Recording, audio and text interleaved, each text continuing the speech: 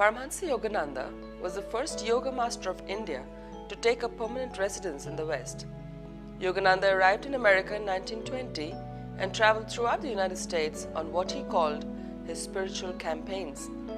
His enthusiastic audiences filled the largest halls in America. Hundreds of thousands came to see the yogi from India. Yogananda continued to lecture and write until his passing in 1952. Yogananda's initial impact was truly impressive, but his lasting impact has been even greater. Yogananda's Autobiography of a Yogi helped launch a spiritual revolution in the West. His message was non-sectarian and universal. Yogananda's guru, Swami Kriyananda, sent him to the West with the admonition, "The West is high in material attainments, but lacking in spiritual understanding.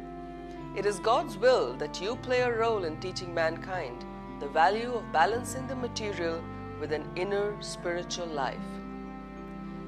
In 1948, a young American named Donald Walters read the Autobiography of a Yogi and couldn't wait more than a day to get on a bus and head across the country to meet Yogananda.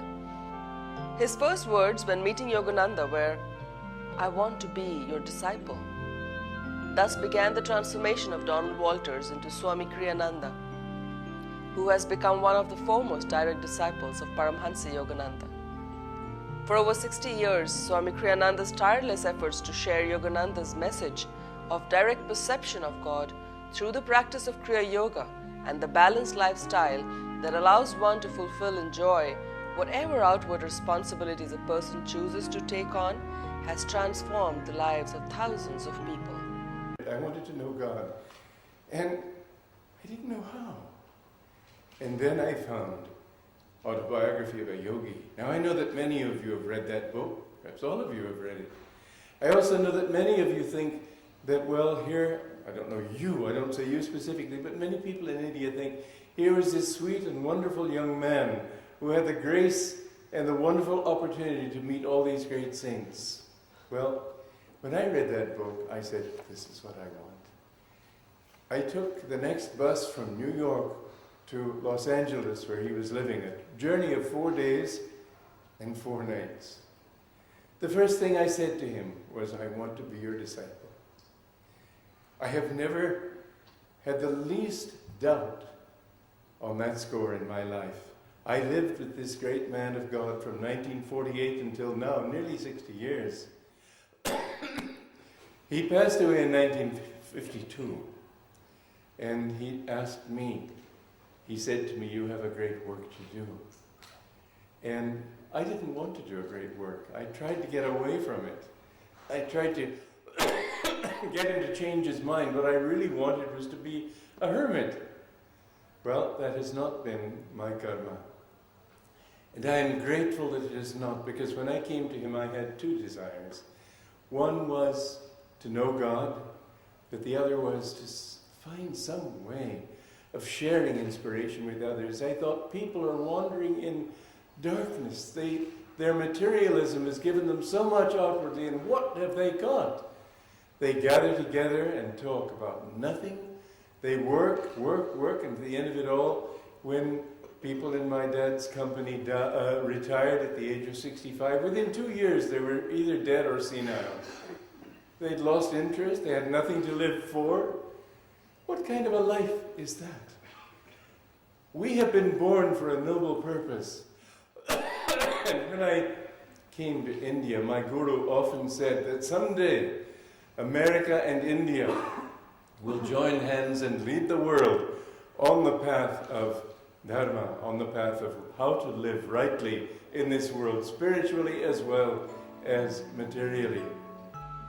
Paramhansa Yogananda's message of self-realization through the practices and teachings of Raja Yoga and the tradition of Sanatana Dharma includes the understanding that inner spiritual development will at the same time allow one to be even more successful in outward endeavors.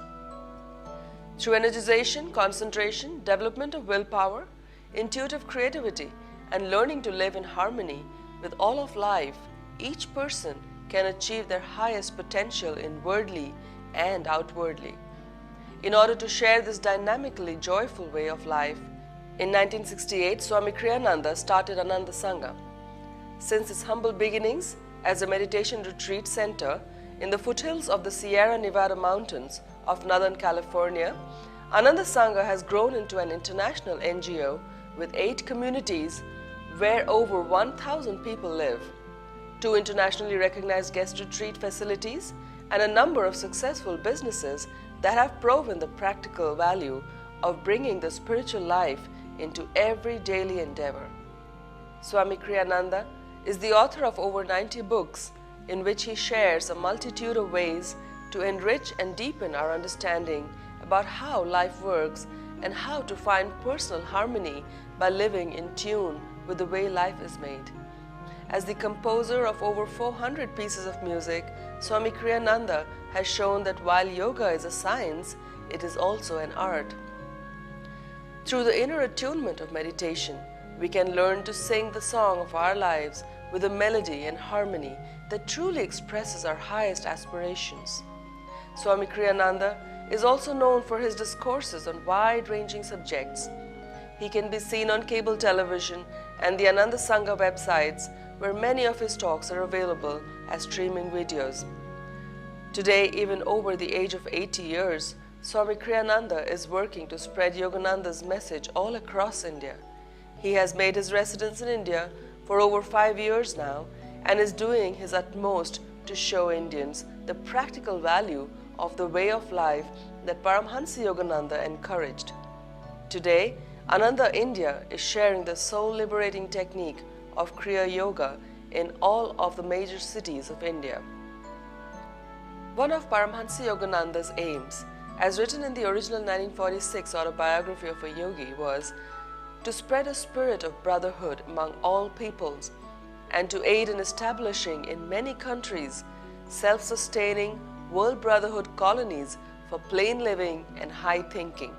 The Master in this lifetime just spoke every single Sunday that I ever heard him speak about building communities. He'd try to get everybody enthusiastic.